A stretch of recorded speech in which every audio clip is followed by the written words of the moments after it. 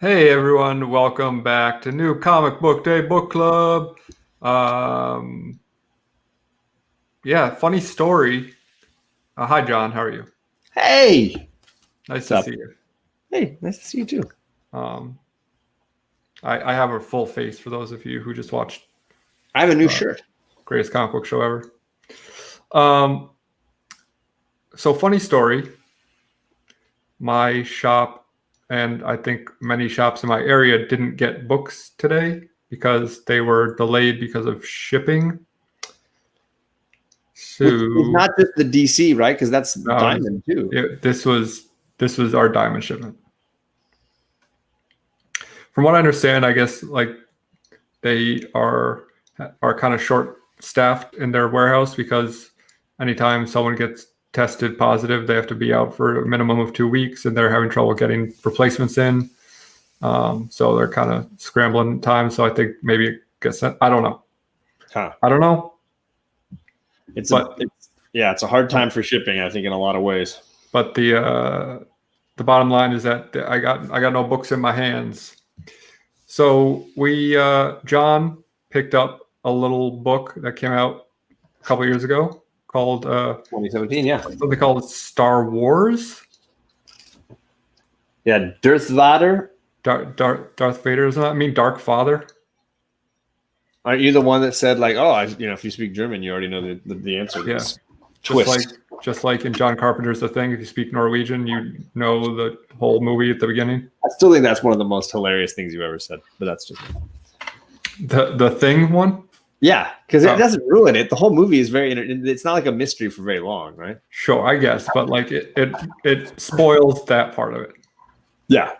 I got my LCS had these for 50% off, and I've been curious to read some of this. I mean, everybody's been crapping on me because all I've ever seen are the movies. I didn't really watch more than 3 episodes of the animated show, and I guess I've watched The Mandalorian and not really loved it. You know how you feel about that.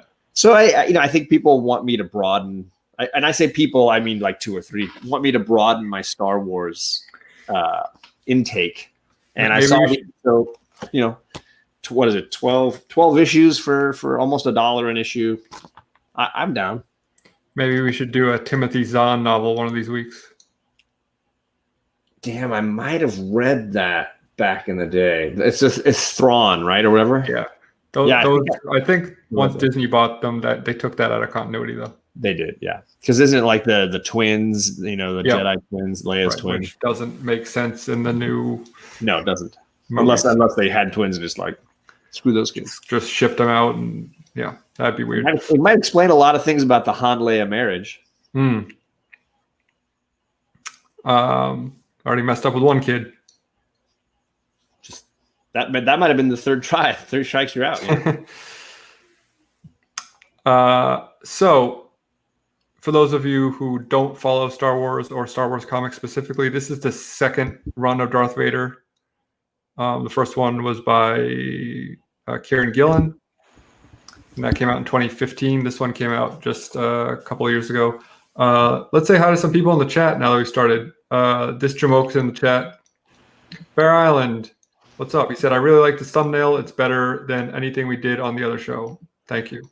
But I was on that other show, so also screw you. Todd Christian, what's up? Thanks for joining us. Ruben Guzman, always nice to see you. TJ, Labor Day. Yeah, Labor Day did not help either. New X Guy, what's up? Patrick Wall, I got issues. What's up, man? Nice to see you too. It's great to have issues back in the chat all the time. I know. I feel like I'm seeing Chris Hunt more, and his Instagram has been phenomenal lately. Oh yeah, one of the best comic Instagram accounts for sure. Absolutely. Way better than mine because I never doing that movie thing, the 30 days. It's been fun to debate a lot of movies with it. All I do is post stories of me doing push-ups because Backseat Driver made me. I would argue that might be more substantive. Yeah. So anyway, yeah. So this is the second run, and it's not a continuation in any way. It actually takes place way before the Gillen run in continuity. This takes place right after episode 3, basically. Yeah, almost like immediately, so much so that they almost like replay a couple of moments. And I believe the Gillen one takes place after Empire, right? It's yeah, or is it in between? It's right around Empire, right? Just before sometime around between A New Hope and Jedi. We'll say that. Okay. So yeah, this takes place quite a bit earlier, and it's kind of like it basically starts like right after Anakin is turned into Vader. Yeah, after the little like title scroll, which was kind of fun to see, like I never read a Star Wars comic, so to see the like long time ago, you hear the music, the music, and then they got the scroll, not the scroll, but the scroll. Oh, is Darth Vader a scroll?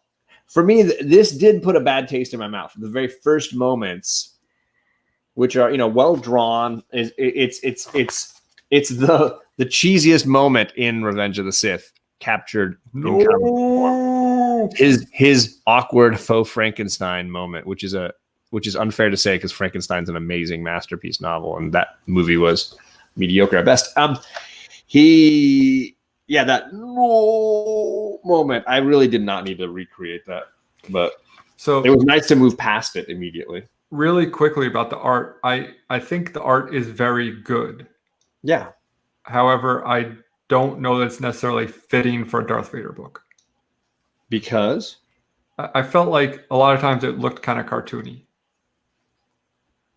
There are moments for sure. And so we're going to talk, have you read any of the Gillen run? Never. No, this is legitimately the only comic book Star Wars I've ever read. Okay. So I won't spoil anything in the Gillen run, but I feel like the art in that is much more fitting. It's much kind of like darker, a little more realistic. And just for the tone of the book, I felt like it was a little bright and happy looking. Like again, I think the artist is quite competent, and like a lot of the panels and pages are very well drawn. I can see what you're saying. But I had nothing to compare to, so for me, it certainly did the job. So what were your first takeaways for it being your first Star Wars comic? I would say my first takeaways were I could see that they were trying to put some of the cool and creepy back into Darth Vader, which is not easy when you start with like a connection to the prequels, which basically turn him into a little wimpy boy. Yeah, whinerized him. I hate sand. Yeah, everything. He was such a whiner, and I could understand wanting to reclaim some of the original intent, or at least the original feelings that we had watching those films. But at the same time, when you start right there on the precipice, I feel like there's just so much. It's hard to just completely cut the tendrils. I feel like there were definitely elements of this where I could hear some Hayden Christensen every once in a while, and it was hard to completely forget that was just like a day or two earlier.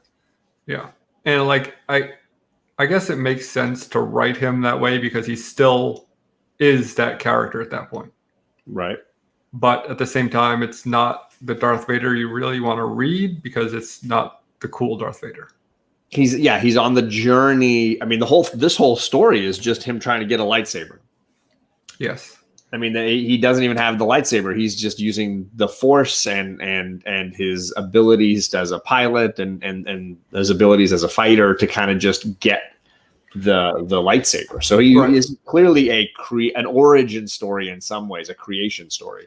So basically it starts off with the Emperor telling him, like, don't mess with me. Like, you just don't use your powers against me. He zaps him with some electricity and stuff. And he kind of taunts him. He says, where's your lightsaber? Use it to defend yourself. And Darth Vader said, Obi-Wan took it. Yeah. And he basically tells him, that's not your lightsaber anymore. A Sith isn't given their lightsaber, they take it. With blood. So he basically says, you need to go find a Jedi and kill them to get their lightsaber and use the kyber crystal in it and punish the kyber crystal because the kyber crystal is alive and you need to corrupt it and turn it red. Yeah. Which I don't know like everything about Star Wars by a long stretch, but as far as I know, that concept was introduced in this. Like I had never heard that before. I think that's definitely. I thought red kyber crystals were a legit deal. Were naturally formed like every other color. But if anyone knows more about Star Wars, please correct me and roast me in the comments. And don't forget to smash that like button. I'm just kidding. I just said something about the comments, so I bug flying around. I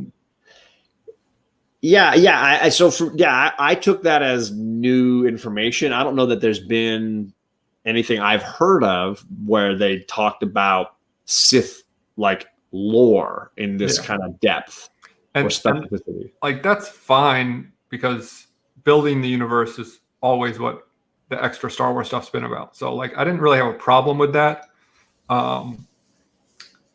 But be that as it may, that is the premise of the story, is that Darth Vader needs to go and find a Jedi, which theoretically had all been eradicated with Order 66. But if he'd done his job, that's what I was thinking the whole time. If he'd done his job really, really well, he'd be shit out of luck. Kyber crystals were discovered in 1672 by George Kyber. Thank you. I got to. I think it would have to be earlier than that because this is a long time ago. I mean, 1672 is a long time ago. I mean, depending in relation to the universe, not really. Sure. So he leaves on this journey. So he finds this. I forget what they're called, but they're basically like Jedis who have excused themselves in a penance to meditate and be out of the order, but still train as Jedis or something. I don't know. It's very strangely described. Yeah. He has to like go and like break into the archives and ask questions about these particular Jedi. The Barash vow is what they take. They take this vow. But before that, he attacks a bunch of stormtroopers for some reason, which I did not understand the reasoning behind that. The way I took it, and it took me after reading the whole thing to kind of get it, is that the Emperor has told nobody that this is my apprentice. He's told nobody that I have a Jedi that works for me, and nobody's aware of this. So all the Imperial forces see is a Jedi, and they have and the ship isn't registered. Right. So it's all like I think the implication being that the Emperor has completely put him on his own. You get this lightsaber or just don't come back. And I'm not helping you. None of my people are helping you. And okay, that makes sense. I guess that makes sense. But they never explained it that way. I would have liked it if the Emperor just said that. Like, I'm already giving you a bunch of exposition. Let's just throw this nugget in. Right. So that was actually my first kind of issue with this series, is that it, at the beginning, at least the first couple issues, feels like it jumps all over the place without really giving you direction as to what's happening. But there's also a lot of like long expositional things. But at the same time, I was thinking like each issue feels like half a cookie. It's like it just gives you a taste. Like if I was buying these individually and off the shelf, I'd be like kind of unsatisfied with each issue. Like it read fine as a trade because you can keep going, but they felt like it read so fast. They did, yeah. They're brisk and they take place over a very short time, each one. And I wasn't asking for more exposition. I was asking for better exposition.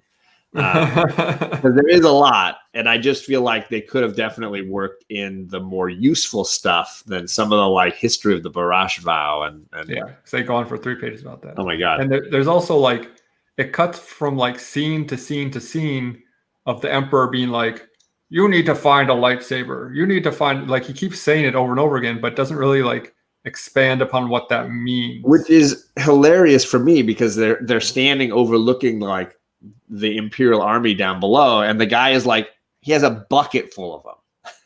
Yeah, but you need to kill a Jedi. Yeah, that exactly. might not exist anymore. So Yeah. it might be So he said, SOL "You need a Vader. lightsaber," but in my head, I'm like, dude, they're right there. Yeah. Like, there they are. You're That might be a whole. burning We them don't all. know. So he finds this guy who's like supposed to be this huge badass on this planet who's just like meditating and like fighting people while he's constructing these really complex puzzles with his Jedi powers, and he's supposed to be like the absolute badass mother.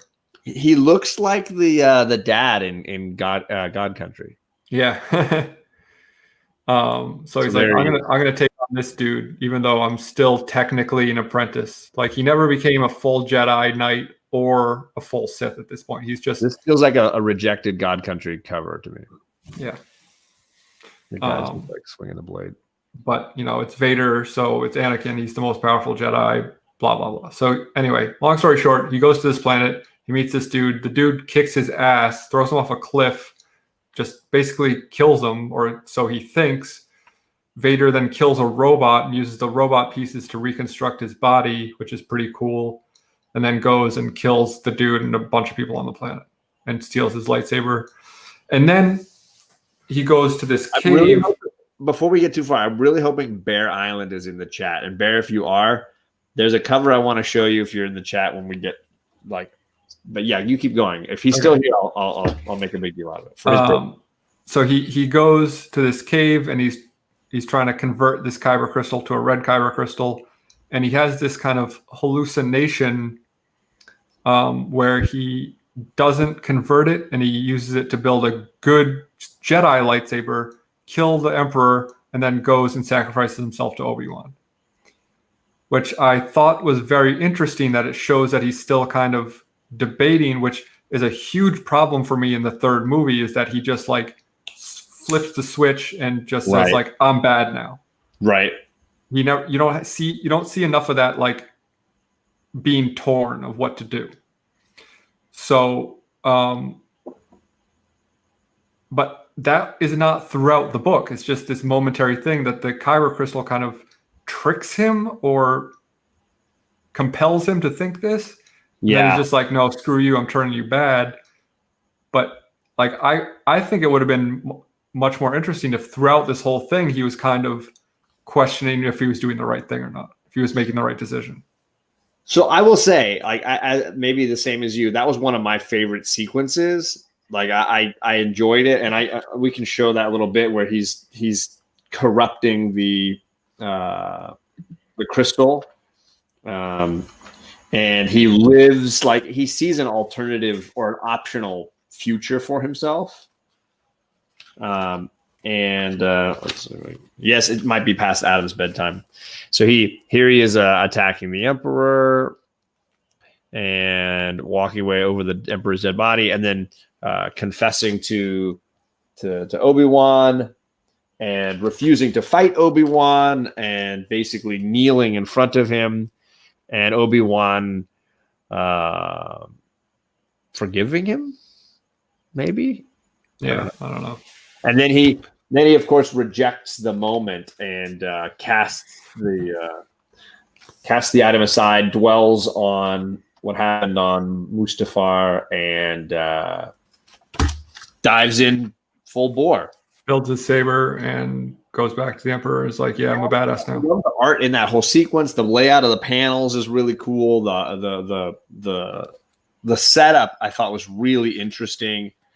But yeah, I get what you're saying, that it was either too much or too little. Like it's hard to know where it is. I do like the idea that we get to see a moment of questioning, like, because clearly he's a character who's conflicted, but we don't see a ton of it from episode 3 until episode 6. We don't see very much of it.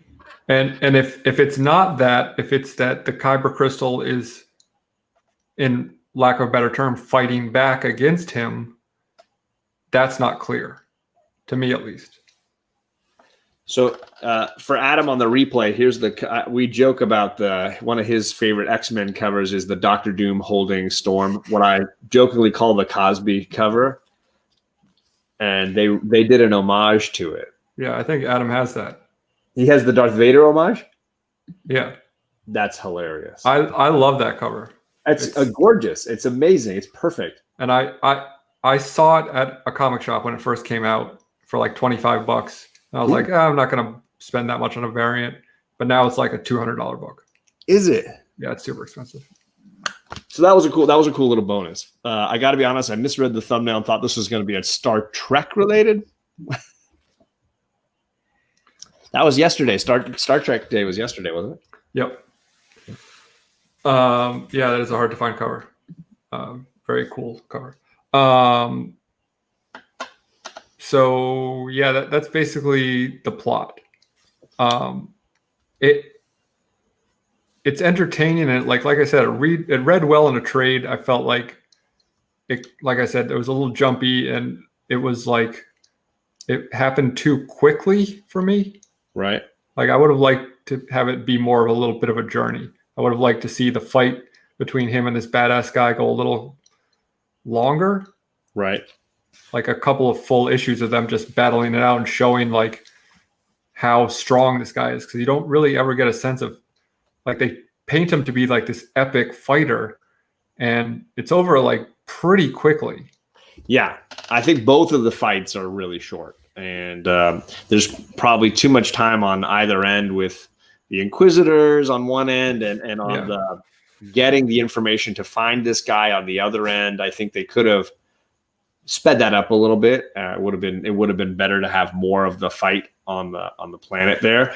Would have been like a cool like conversation or like argument they could have been having while they were fighting about the light side versus the dark side, and trying to convince him that one way is right and one way is wrong or anything. And I don't know. I just felt like there was some missed opportunity. I like the conflict inside of him that you are interested to see more of. Right. You know, where maybe that's why the guy bests him the first time, is because he has a moment of hesitation because he's questioning if he's doing the right thing. So we just wrote a much better version of this, right? I mean, that's usually what the show is, right? Thank you, Charles Soule, and you can take that to the bank. Yeah, we are the saltiest channel. Top three. Third. We didn't actually make it to the top two. Well, we're working on it. Yet. Maybe next year. Yet. So what would you score this first trade? Like, I don't know, 6.5, 7. Like, it was fine. I went back. I had read at least the first 12 or so issues of the Gillen run when it first came out. Right. So I went back and reread the first issue, and to me that was a much better Vader run for me. Okay. I think it just like fit the character more. And again, like, it's kind of hard when it's in this timeline because he's still like kind of Anakin, but I almost wish that he was more Anakin in this. Like, he's just Vader in this with a sprinkle of Anakin, where I feel like he should still be Anakin with a sprinkle of Vader, but in the Gillen run, he's Vader. And he's just badass, and he's just a cold-hearted Sith. And which is like, I think, ultimately the Vader that all of us want to see a bunch of, anyways. Yeah, we want to see the Vader at the end of Rogue One, who's just like walking down the hallway, just murking fools. I would probably be in that 7.5 range somewhere, 7.5, probably somewhere. But maybe. I mean, a lot of people, such as Chad90, who's in the chat, said they love this run. I got a lot of hearts posting that on my story. People telling me that they really love it. And I've heard that a lot too, saying that like, oh, this is some of the best Star Wars comics coming out. For me, like, it wasn't quite there. Maybe the second trade gets more interesting. And that's next on my reading list. I was going to read the 2 trades, and then I was going to take a look at the Gillen run on the app and read some of that. And we're talking about the comic, my bad. Issues bringing the fire tonight. Well, he's dominating this chat. Look at him go, man. Yeah. Thank you for hanging with us, Chris. I mean, he might be the only person watching, but it's the only person we need watching. He's making half of our content for us tonight. One active friend, better than a bunch of zombies, like us. So yeah, that's how I feel about that. What else? So you were able to get some comics this week. Yeah, so my LCS was really nice when I said, "Oh, my work schedule got absolutely bonkers. Is there any way I can get my books on Tuesdays?" And they were like, "Oh, we already put the DC books out. As long as you come late enough and Diamond has delivered, yeah, it's cool." So I grabbed all my books yesterday. So I got the new issue of Marauders, which I talked about a little on the other show. Shockingly, talked about comics. I love the relation to this. It's only like sunrise, sunset kind of thing going on here. It wrapped this 12-issue run, which I think is probably my favorite of the Dawn of X stories that they've been doing. I just really, really a lot of fun. So if you've enjoyed Marauders, you'll definitely enjoy that. I don't want to say final issue, but for me, it wrapped that story up really nicely. Yeah. I really actually enjoyed this first issue of Spider-Woman. It's a little stupid and ridiculous, but it's also like it's got some funny bits to it, and I like her powers. I think they're kind of interesting the way they do it. Let's see. X-Force was good. Yeah, X-Force was good. It's setting up drama among the mutants fighting with Russia, and not sure if Omega Red or Colossus are necessarily spies and feeding information to Russia. Would you say Marauders 12 is a good jumping on point? No. It's maybe Marauders 13 will be. Yeah, 13 might be easier. Russia. TJ's mad because he's still here and we didn't acknowledge him. Well, I'm watching because this is the highlight, not the last show. I know you love it. TJ hates the last show. Jaina. Plasma. That's a good one. Convalescent plasma. Oh my god. Anyway, back to comics. Yeah, so X-Force. I like X-Force. I think it's setting up a lot of good drama. I'm curious what's going to happen with Omega Red and Colossus. That was cool stuff. I grabbed this and it was interesting. I feel like the Web of Venoms are always in the same boat for me. Like, it was interesting. I've never read anything with this Wraith character before, so he's a little interesting, like a venomized Witcher, but with like guns instead of a big old sword. It's a lot. I feel like the universe that Cates has made is just always setting up Null, and it's like, are we ever going to get him? I don't know. But well, he's coming. He's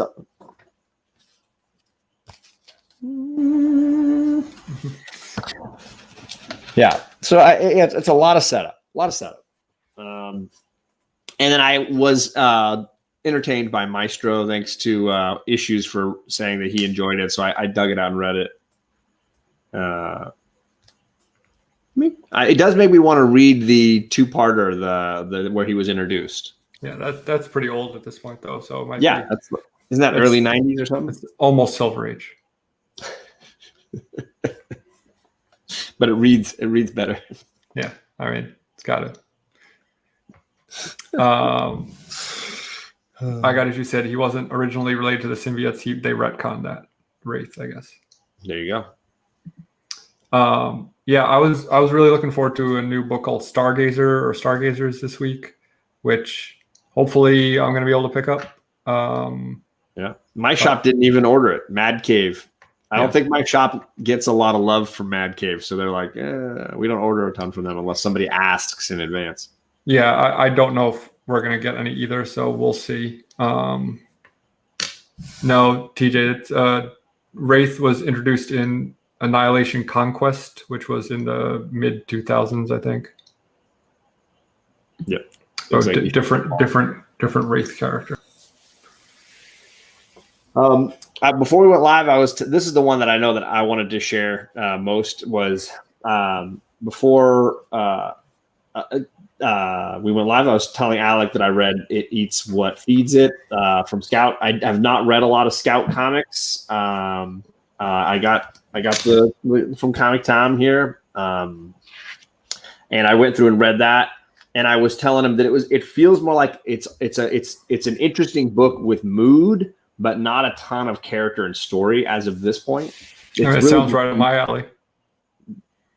It's really just these two characters. The opening is this guy sitting out, looking at a want ad, sitting outside of a creepy mansion in the mist with like an old plantation vibe, creepy haunted plantation vibe. And he's reading the ad going, well, worst cases, I'll die and be tortured for years. It looks like a haunted house, but maybe I'll give it a shot. And then he changes his mind. He tries to start his car. Car won't start. He decides to just go in anyways, all of which should be like a lot of warning signs. Then you have this ghostly hottie answers the door and feels very femme fatale-ish. But I dig the art style. Dig it. Yeah, old lady on the bayou, hot older lady, right? And she basically, she lives in this sort of gothic mansion and is doing her best. Machi. Right? Crisscrossing the legs, and tells him that she wants to hire him to work there and do like the yard work, and then he's like, oh, do I need to like cook and clean? And she says certain things need to be clean, but I want to cook for you. Like there's this like this creepy. She talks a lot about I want to do certain things for you. I cook for you actually. The yard is something you will handle. It's quite too large to maintain for myself. He wanders around while she's talking and he finds this room. Yikes. Question mark right there. Concerns. Literal red flags in some way.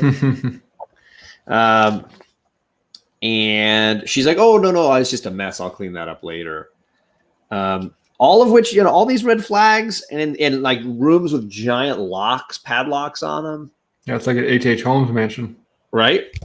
And then she's like, here's where you'll be staying. She walks him across the way. He looks back across the way and sees like, are there other people living in your house? No, I live all alone. That kind of thing. And in the end, of course, he takes the job because he really wants to bang her and she's hot. And he's never really had a job and he's kind of a high school dropout. And he hears noises in the night, shocker, and runs over and finds that. Nice. Hey, the things people will do for WAP. Right. And that's basically the whole issue. Now, sounds cool. It looks cool. It sets up creepy vibe. I love a good ghost story kind of thing. It sets up some really cool stuff. The artwork, I really dig the flavor of it. I just don't know if I like the guy enough. He just seems like an idiot. He just seems like an absolute idiot. There's never a moment when he's like, when he questions it, I'm gonna die. Is this Punani worth the death? He doesn't ever really question. Is it a Dasani Punani? Saying that doesn't seem dry at all. There's no doubt. Definitely a WAP. I would be curious to read more of it. If it goes into like torture porn, graphic horror, I'm out. If it stays ethereal, like this like ghostly Bayou Manor thing, I would be way more interested. So there's the variant, the virgin variant. Yeah, I'll have to track one down.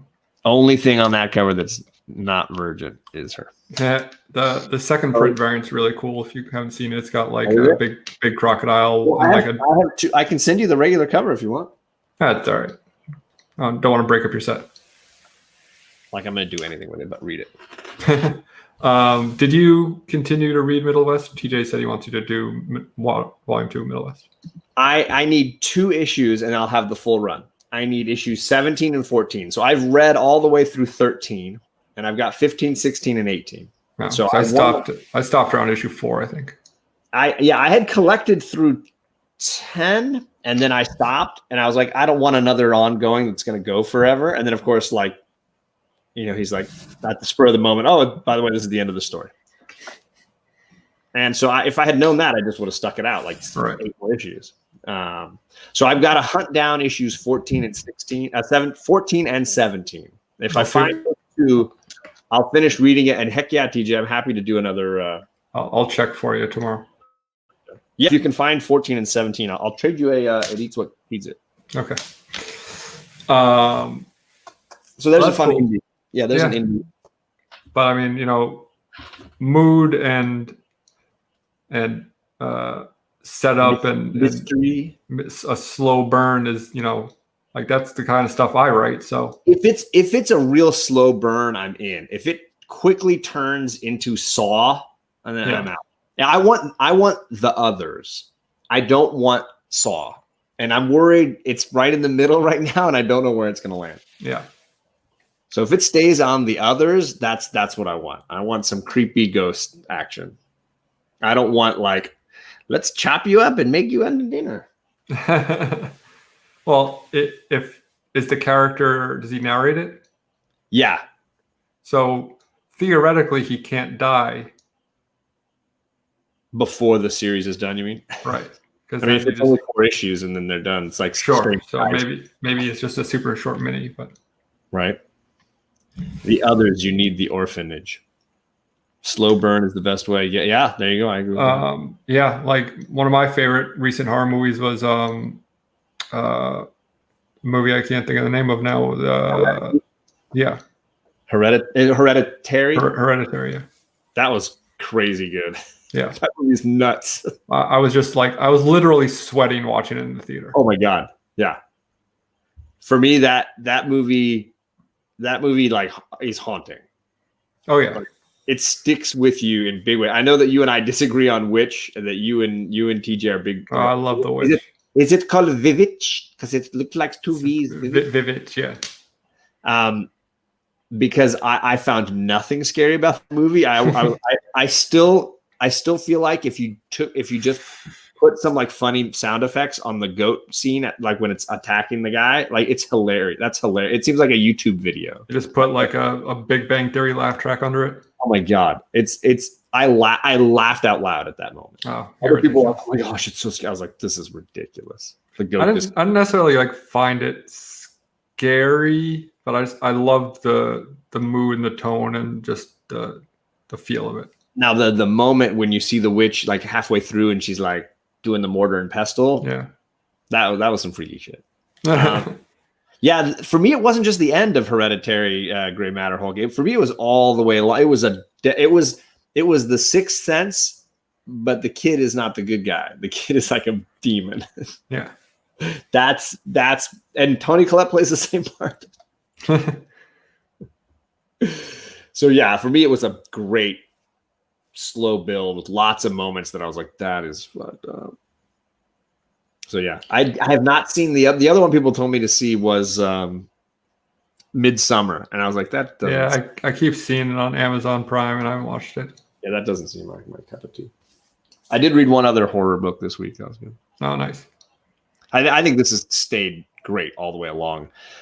Everybody told me this was supposed to be a big key, and this is just a setup. I feel like the next issue is the big fight, and then issue 12 is like the. I don't know if it's the next issue or the issue after that. There's a Peach Momoko incentive variant, so get your pre-orders in for that because that's going to be a hot book. Specular. This one feels like setup, and that it's like Stranger Things, and they're all being chased into the school to fight the monster, and then they're going to fight the monster next week. So there's that. So I read a ton. I think I talked about everything at least a little bit. Oh, I did finish volume 3 of Southern Bastards too. Oh, nice. You've been a reading machine. This has been, volume 1 and 2 are, I don't know how, did you read much of this? Did you read a whole bunch? I haven't read that far into it, no. So the first 2 volumes, it's like it's the dad and then the coach, right? Yeah. You get like that. I think you have to read them together. They're amazing, volumes 1 and 2. Volume 3, each issue is a different side character.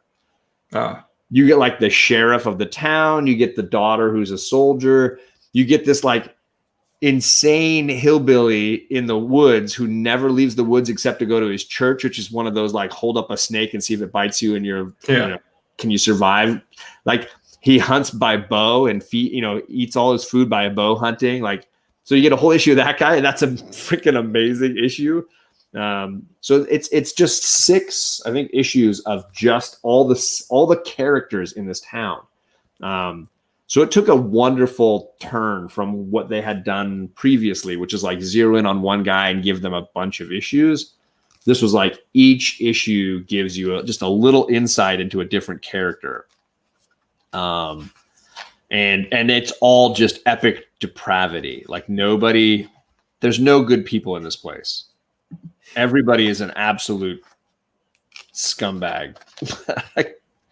There's so many flaws to these characters. It's like never ending. And I love it. Like, it's so foul. But I also, at some points you need to come up for air. So like, here's the bow hunting guy with all the deer. Everything he's got the church. He's blind. Yeah, the whole thing. He's wearing like he blindfolds himself. His bandana there. But yeah, he's just he's bonkers, this guy. That's my church says issues. He says the snake only bites sinners and non-believers. We've had a lot of deaths. Right? You got to weed those guys out. So yeah, I thought this was different in style to the others, but same spot on for tone, mood, that kind of stuff. So I've got one more. I've got volume 4, which I think is the last trade they've published. I don't know if they've published any new issues, if they're continuing to go with that story, or if it's like, well, we do it every once in a while when we kind of have an idea or whatever. Yeah. I was going to say I didn't have anything else to read because my shop didn't get books, but that's a total lie. I'm way far behind on my books. I just didn't.